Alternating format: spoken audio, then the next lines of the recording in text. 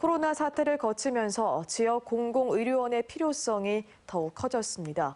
올해 들어 광주시가 조례도 만들고 타당성 용역도 진행하고 있는데 지난해 조금 더 역량을 집중해 서둘렀다면 이 과정을 단축시킬 수 있었던 것으로 드러나 아쉬움을 주고 있습니다.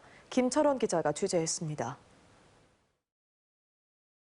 자치단체가 설립과 운영을 책임지는 공공의료원은 현재 광주와 울산, 대전을 제외한 전국 35곳에서 운영 중입니다.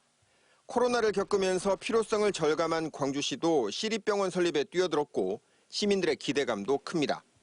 하지만 광주의료원 설립을 위해서는 국비 예산을 받기 위한 정부의 예비 타당성 조사 통과라는 큰 산을 넘어야 합니다.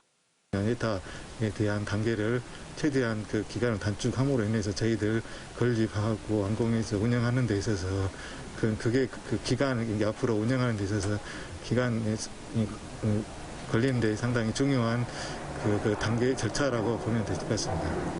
지난해 이용섭 시장을 비롯한 시도지사들은 전염병이 창궐해 있으니 지방공공의료원의 경제성을 따지는 예비 타당성 조사를 예외적으로 면제해달라는 요구를 꾸준히 해왔습니다. 실제로 보건복지부도 이 같은 사정을 감안해 새로 설립하는 부산과 대전, 진주 등 3곳의 공공의료원 예비 타당성 조사를 면제해주는 대책을 지난해 12월 발표했습니다. 문제는 광주가 여기에서 빠졌다는 점입니다. 지난해 4월부터 TF를 꾸려 준비해온 광주시가 예비 타당성 면제 혜택 지역에 빠진 이유는 무엇일까? 예비 부지와 운영 방식 등이 정해져 있지 않은 탓에 정부의 예타 면제 혜택을 받을 준비가 돼 있지 않았기 때문입니다. 광주시 의회가 준비를 하라며 지난해 4월 추경 예산에서 1억 원을 책정해줬지만 부지 선정이 어렵다는 이유로 용역도 진행하지 않았습니다.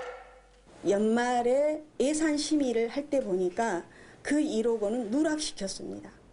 실제로 공공의료원 설립을 위한 어떤 증거라든가 타당성에 대한 논리라든가 이런 부분들을 전혀 마련하지 못했기 때문에 신청할 수 없었다고 볼 수 있겠습니다. 부랴부랴 올해 용역에 착수한 광주시.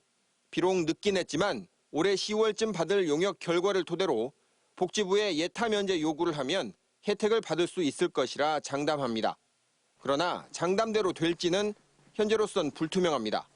코로나가 어느 정도 잠잠해지고 이렇게 되다 보면 과연 또 예타 면제가 될 것이냐 여기에 대해서는 실은 장담할 수 없는 부분이 있습니다. 지난해 예비 타당성 면제 혜택 지역에 광주가 포함되지 않은 사실이 광주의료원 설립에 두고두고 아쉬움으로 남지 않도록 하려면 지금부터라도 철저한 준비가 필요해 보입니다. MBC 뉴스 김철원입니다.